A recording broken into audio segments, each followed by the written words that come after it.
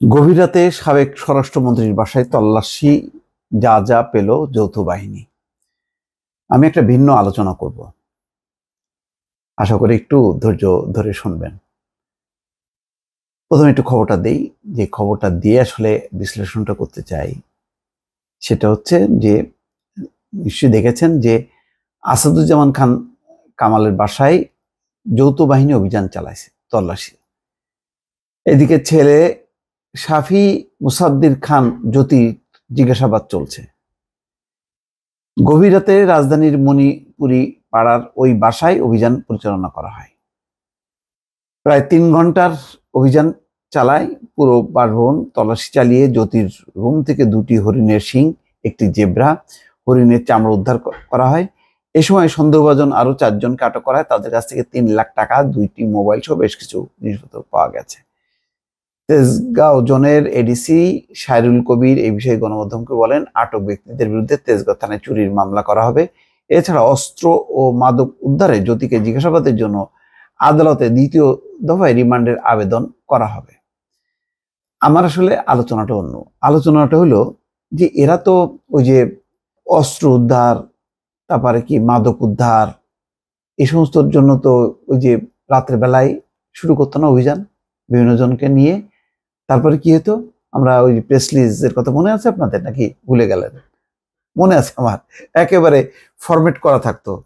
হ্যাঁ, অস্ত্র উদ্ধারের জন্য নিয়ে যেত র্যাব বা পুলিশ। তারপরে কি হতো, ওই যে আসামির পক্ষের লোকজন গোলাগুলি করত। গোলাগুলির এক পর্যায়ে ওই যাকে নিয়ে মানে অভিযান চালানো হচ্ছিল, অর্থাৎ আসামি, সে মারা যায় এবং কিছু তার পাশে কিছু খোয়া অস্ত্র কিছু উদ্ধার করে। তো এইরকম একটা ডামি করার দরকার ছিল। ডামি করা এই জন্য যে আমি সত্যি সত্যি বলছি না যে এরকম বিচার বহির্ভূত হত্যাকাণ্ড বা ক্রস ফায়ার করা হোক, এদের একটা শিক্ষা দরকার ছিল। এরা 15 বছরে মানুষকে যে পরিমাণ ক্রস ফায়ার করছে, গুম হত্যা সহ, এর একটা ছিটা ফুটাকে এরা উপভোগ করবে না, ভোগ করবে না?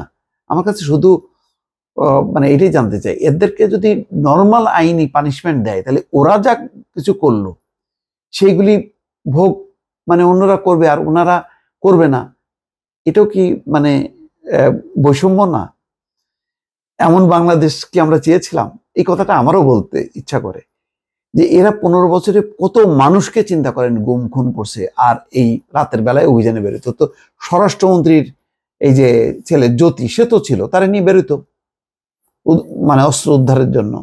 একটা ডামি কিছু করার দরকার ছিল, করলে ওই এখনো তো স্বরাষ্ট্রমন্ত্রী এত মরে যায়নি, তো কোথাও না কোথাও আছে, মানে সে জানতো যে তার ছেলের নিয়ে রাত্রেবেলায় বেরোইছে ওই অস্ত্র উদ্ধারের জন্য অভিযানে। তখন তো মনে করতো হাই হাই হাই, আমরা তো অনেকটা এইভাবে মেরে ফেলছি। এই আওয়াজটা দরকার। এরা যে পরিমাণ অত্যাচার করছে, এদের আসলে স্বাভাবিক একটা আইনি বিচার হবে, এটার মধ্যে দিয়ে এদের ভেতরে সেই বোধটা আসবে না।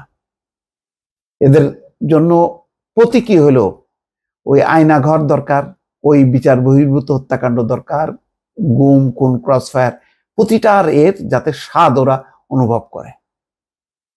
এটা হলো আমার একটা মনের জেদ এবং আক্ষেপের কথা। আমি চাই না যে বাংলাদেশে কখনো একটা ফিরে আসুক, কিন্তু এদের পানিশমেন্ট কি হবে? এই 15 বছরের এই দোসরদের কত মানুষকে নিঃস্ব বানায় ফেলছে, একদম পঙ্গু বানায় ফেলছে। কত পরিবারে হাহাকার, বুক ফাটা কাঁদরা। আর ওখানে বসে বসে, দিল্লিতে বসে বসে রঙ্গ করে, কর্মীদের সঙ্গে কথা বলে, হ্যাঁ বাংলাদেশের জন্য কি করেছি, আর তাদের জন্য আপা আপা আপা আপা করতে থাকে। এই সমস্তগুলি কি লজ্জাস্কর ব্যাপার। এই প্রজন্মের যারা এই সুবিধাভোগী, টাকা পাচারকারী, দুর্নীতিবাজ, এই আওয়ামী লীগারদের, আমি সব আওয়ামী লীগ বলুন, এদেরকে আর কখনো রাজনীতি করার কোনো অধিকার আছে? নাই। বরং আওয়ামী লীগের সত্যিকারের অর্থে যারা ত্যাগী নেতা, বঞ্চিত নেতা, তাদের একটা অভ্যুত্থান ঘটার দরকার এবং তাদের বের হয়ে আসা দরকার।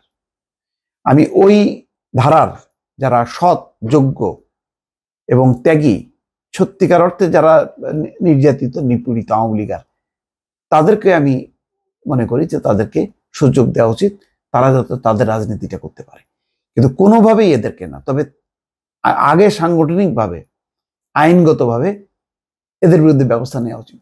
মানে নতুন যে আওয়ামী লীগ হবে, সেই আওয়ামী লীগের উচিত আগে এদেরকে মানে ত্যাগ করা এবং দাবি করা যে এদের যাতে যথোপযুক্ত শাস্তি হয়। দর্শক ভালো থাকবেন, আল্লাহ হাফেজ।